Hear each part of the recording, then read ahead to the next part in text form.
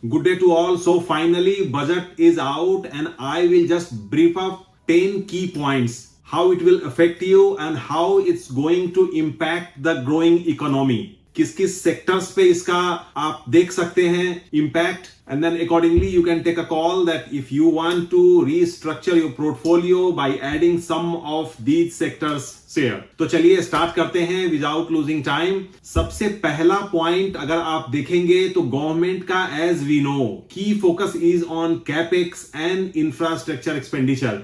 तो इसी के तहत इंफ्रास्ट्रक्चर पे लगभग 12.2 लाख करोड़ का बजट एलोकेशन हुआ है. अब अगर मैं आपको डिटेल में बताऊं तो इसमें आपके एक्सप्रेसवेज हो गए, हाईवेज हो गए, मेट्रो हो गई, एयरपोर्ट्स हो गई. तो इस तरीके के जितने भी इंफ्रास्ट्रक्चर रिलेटेड डेवलपमेंट्स हैं उन सब पे फोकस किया जाएगा इस फंड को. सो इंफ्रास्ट्रक्चर डेवलपमेंट और कंस्ट्रक्शन से रिलेटेड जितनी भी कंपनियां हैं उन सब के लिए अगला एक साल बहुत अच्छा रहने वाला है. द सेकेंड की point is the same amount 12.2 lakh crore का कैपेक्स का बजट दिया गया है, जिसमें गवर्नमेंट लगभग 12.2 लाख करोड़ का कैपिटल एक्सपेंडिचर करने वाली है. नंबर 3, अगर हम डिफेंस बजट एलोकेशन की बात करें तो लगभग 5.9 लाख करोड़ का डिफेंस बजट एलोकेशन हुआ है.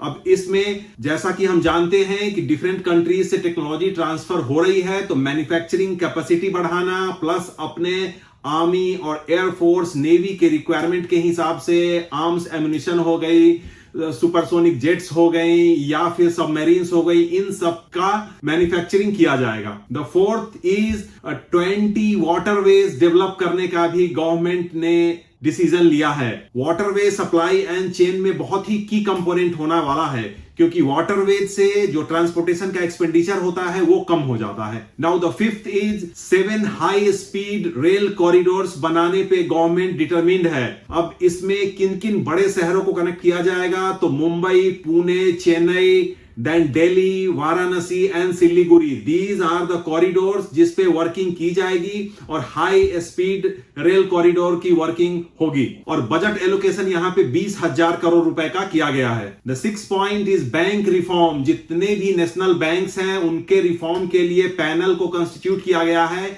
अभी भी बहुत सारे ऐसे पीएसयू के छोटे छोटे बैंक हैं, तो एट द एंड गवर्नमेंट का टारगेट है अगले 4 साल 5 साल में मेनली 4 से 5 मैक्सिमम बैंक्स रहेंगे.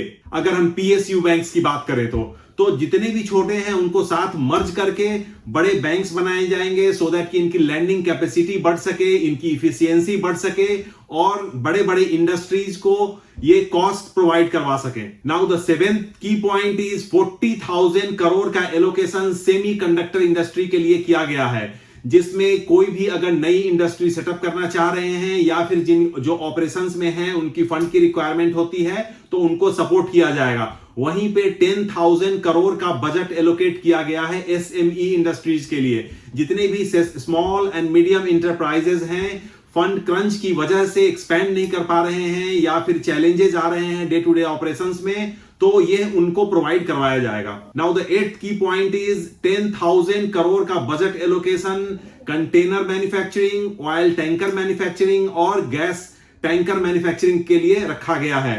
इससे फ्यूचर डिपेंडेंसी हमारी दूसरे शिपिंग लाइंस पे कम होगी. हम अपना कंटेनर यूज करेंगे. अगर मैं करंट डेटा पॉइंट की बात करूं तो लगभग 90 to 93% जो हम एक्सपेंड करते हैं कंटेनर्स पे वह सब फॉरेन शिपिंग लाइंस को जाता है. तो फ्यूचर में कैसे इस फंड को अपने कंट्री में रखा जाए, इसको ध्यान में रखते हुए सप्लाई एंड चेन को पूरे स्ट्रेंथन करने के लिए यह डिसीजन लिया गया है. Now the 9th point is FNO trading पे एसटीटी जो पहले 0.02% था उसको बढ़ाकर 0.05% कर दिया गया है. जैसा कि हम जानते हैं सेबी के लेटेस्ट डाटा के अनुसार 93% FNO traders are losing their money. तो उनकी सेविंग्स को बचाने के लिए यह एसटीटी का जो अपना परसेंटेज है उसको बढ़ाया गया है. 10th and the last key thing is जो भी बड़ी कंपनीज क्लाउड सर्विसेज में अभी इन्वेस्ट करके अपना सेटअप करेंगे उनको 2047 तक किसी तरीके का कोई टैक्स देने की जरूरत नहीं रहेगी.